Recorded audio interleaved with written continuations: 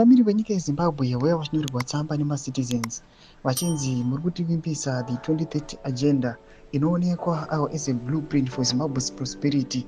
Panapa vanonyora tsamba vachiti aiwa the current situation iri kuitika nyika yeZimbabwe vari kuonekwa kuti panguva inoi aiwa mvura iri kunaya zvakanyanyisa, but this issue yava nemakore isingaadresiwe. Nsanamira mashoko atiri kuona kuti maproblems ari kuunzwa nepoor management nyika yeZimbabwe aiwa asvitsa malevel akanyanyisa. Nobva subscribe like or turn the bell icon.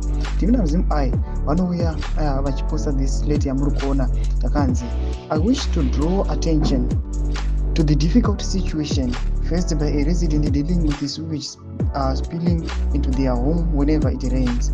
This issue stems from an ongoing problem with the sewer system, which the BCC has not addressed with the seriousness it deserves.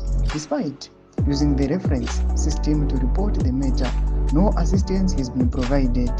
If no help is forthcoming in the next few hours, or the property in the house risks being contaminated with the sewage. Later to the editor. Tomashoko anobuda tikuona kuti vakomana veZimai vanouya vachipublisha this letter aiwa iri kuda immediate attention.